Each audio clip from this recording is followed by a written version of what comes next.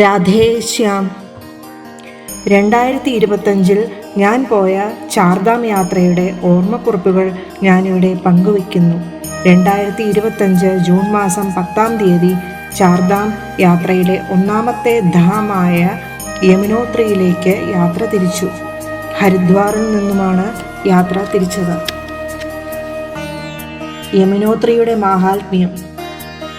യമുനാ നദിയുടെ ഉത്ഭവസ്ഥാനമെന്നത് യമുനോത്രിയാണ്.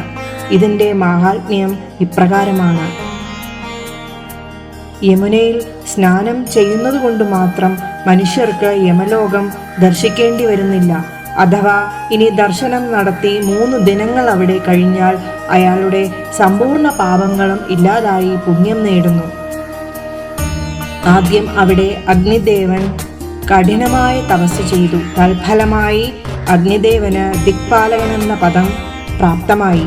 തുടർന്ന് അവിടെ തന്നെ തപ്തകുണ്ഡം എന്ന ഒരു സരോവരവുമായി മാറി. അവിടെ സിദ്ധ് എന്ന പേരിൽ ഒരു തീർത്ഥമുണ്ട്. അവിടെ യമൻ തപസ് ചെയ്ത് ലോകപാലകനെന്ന പദം തേടി. യമുനയിൽ സ്നാനം നടത്തുന്നവരുടെ കോടിക്കണക്കിന് ജന്മങ്ങളിലെ പാപം തന്നെ ഇല്ലാതാകുന്നു. യമുനോത്രി ഉത്തരകാശി ജില്ലയിൽ ഉത്തരാഖണ്ഡിൽ സമുദ്രനിരപ്പിൽ നിന്നും 3293 മീറ്റർ ഉയരത്തിലാണ് സ്ഥിതി ചെയ്യുന്നത്. യമുനാ നദിയുടെ ഇടതുകരയിലാണ് ക്ഷേത്രം. വലതുഭാഗത്തെ എത്തിച്ചേർന്ന വഴിയിൽ നിന്ന് ക്ഷേത്രത്തിലെത്താൻ നദിക്ക് കുറുകെയുള്ള ഒരു ഇരുമ്പ് പാലം കടക്കണം. ക്ഷേത്രത്തിൻ്റെ മുൻപിൽ നിന്ന് നോക്കിയാൽ ഒരു വെള്ളച്ചാട്ടത്തിൻ്റെ രൂപത്തിൽ യമുനാ നദി പാറയിടുക്കുകളിലൂടെ ഒഴുകി വരുന്നത് നയന മനോഹരമായ കാഴ്ച തന്നെയാണ്. കളിന്ത പർവ്വതത്തിലെ സപ്തർഷി കുണ്ടിൽ നിന്നാണ് യമുന ഉത്ഭവിക്കുന്നത്. പാലത്തിന് താഴെയായി നദിയിലിറങ്ങി കുളിക്കാൻ സൗകര്യമുണ്ട്. നല്ല ഒഴുക്കുണ്ടായിരുന്നതുകൊണ്ട് ഞങ്ങൾ നദിയിലിറങ്ങി കുളിച്ചില്ല. ക്ഷേത്രത്തിന് തൊട്ടു താഴെ ഒരു കുണ്ട് അഥവാ കുളമുണ്ട്. ചുടുനീർ ഉറവയിൽ നിന്ന് വരുന്ന ജലം ഇവിടെ സംഭരിച്ചു വെച്ചിരിക്കുന്നു. ഇതിനെ യമുനാഭായ് കുണ്ട് എന്നാണ് പറയുന്നത്. കുണ്ടിലെ വെള്ളത്തിന് നല്ല ചൂടാണ്. പുറമേ നിന്ന് നോക്കിയാൽ ആവി പറക്കുന്നതായി കാണാം. കുണ്ടിലെ വെള്ളത്തിൽ കുളിക്കുന്നത് ത്വക്ക് രോഗശമനത്തിന് ഉത്തമമാണെന്ന് പറയുന്നു. ഞങ്ങൾ കുണ്ടിലിറങ്ങി ചൂടുവെള്ളത്തിൽ കുളിച്ച ശേഷം ക്ഷേത്രത്തിലേക്ക് കയറി. കുളിക്കാൻ സ്ത്രീകൾക്കും പുരുഷന്മാർക്കും പ്രത്യേകം കുളിസ്ഥലങ്ങളുണ്ട്. യമുനാദേവി ക്ഷേത്രത്തിൽ ഗംഗ, യമുന, സരസ്വതി നദികളെ ദേവതാരൂപത്തിൽ പ്രതിഷ്ഠിച്ചിരിക്കുന്നു. ചെറിയ തുണിക്കിഴിയിൽ കെട്ടിയ അരി വഴിപാടിന് അവിടെ ലഭ്യമാണ്. ചിലർ ഉരുളക്കിഴങ്ങ് കിഴി കെട്ടി കൊടുക്കുന്നതും കാണാനിടയായി. ഞങ്ങളിൽ ചിലർ അരിക്കിഴിയാണ് വാങ്ങിയത്. പൂജാരി അത് വാങ്ങി മന്ത്രം ചൊല്ലി ഒരു ചുടുനീർ കുണ്ടിലിട്ടു.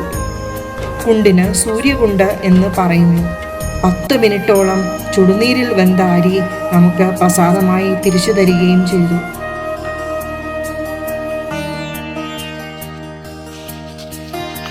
അഗാധമായ താഴ്വരയുടെ വശം ചേർന്ന് കുതിര പോകുമ്പോൾ സ്വാഭാവികമായി ഭയം തോന്നും. പിന്നെ വഴിയിലെ അവരുടെ ഭക്ഷണ ചെലവ് യാത്രക്കാർ തന്നെയാണ് സാധാരണ വഹിക്കാറ്. ധാരാളം പേർ നടന്നും പോകുന്നുണ്ട്. നടന്നു പോകുന്നവരുടെ സാധനങ്ങൾ കൊണ്ടുപോകാനുള്ള ചുമട്ടുകാരും ഇതിനിടയിൽ കാണാം. നടന്നു പോകുന്നവർ സാധാരണ ഒരു വടിയും കയ്യിൽ കരുതിയിരിക്കും. മരവടിയുടെ മണ്ണിൽ കുത്തുന്ന അറ്റത്ത് കുന്തം പോലൊരു ഇരുമ്പ് കഷ്ണം ഉറപ്പിച്ചിരിക്കും. കുത്തിപ്പിടിക്കുമ്പോൾ മണ്ണിൽ ഉറച്ചു നിൽക്കാനാണിത്. പാറക്കഷ്ണങ്ങൾ വിരിച്ച വഴിയിൽ കൂടിയുള്ള യാത്ര ദുഷ്കരം തന്നെയായിരുന്നു. കുതിരപ്പുറത്തും ഡോളിയിലും കാൽനടയായും അങ്ങോട്ടും തിരിച്ചുമുള്ള യാത്രക്കാർ ഞെരുങ്ങിയാണ് ഇടുങ്ങിയ വഴിയിലൂടെ സഞ്ചരിക്കുന്നത്. ഒരു വശത്ത് ചെങ്കുത്തായ മലനിരകളും മറുവശത്ത് അഗാധമായ കൊക്കയും. താഴോട്ട് നോക്കിയാൽ ഭയം തോന്നും. കുതിരകളും കാൽനടയാത്രക്കാരും ഡോളികളും തൊട്ടുരുമ്മിയാണ് സഞ്ചരിക്കുന്നത്. പ്രായപൂർത്തിയാകാത്ത കുട്ടികൾ വരെ കുതിരകളെ തെളിച്ചുകൊണ്ട് പോകുന്നത് കാണുമ്പോൾ അത്ഭുതം തോന്നും. വഴി മുഴുവനും കുതിരച്ചാണകം വീണ് വഴുക്കുന്നുണ്ടായിരുന്നു. അതിനാൽ വളരെ സൂക്ഷിച്ചാണ് യാത്രക്കാരെ കൊണ്ടുപോകുന്നത് തന്നെ.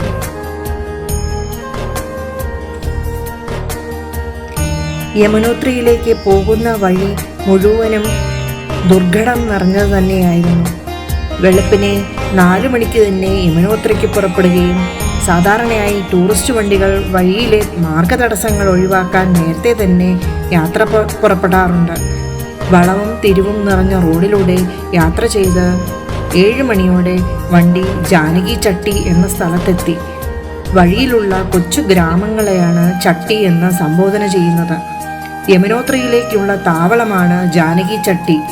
ജാനകി ചട്ടിയിൽ നിന്നാണ് കുതിരകളും ഡോളികളും പുറപ്പെടുന്നത്. ഇവിടെ നിന്ന് യമുനോത്രയിലേക്ക് 6 കിലോമീറ്റർ സഞ്ചരിക്കണം. അതും വളഞ്ഞു പുളഞ്ഞു മലമടക്കുകളിലൂടെ ഉയരത്തിലേക്ക് പോകുന്ന ട്രക്കിംഗ് റൂട്ട്.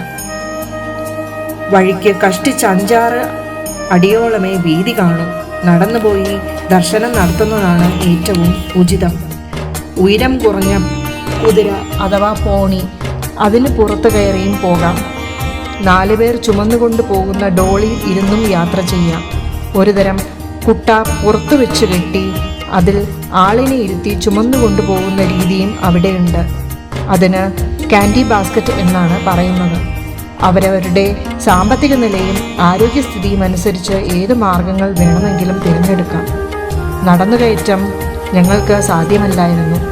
പിന്നെ പ്രായമായവർക്ക് കുതിരപ്പുറത്തുള്ള യാത്ര പ്രയാസകരമായിരിക്കുമെന്ന് പറഞ്ഞു കേട്ടു.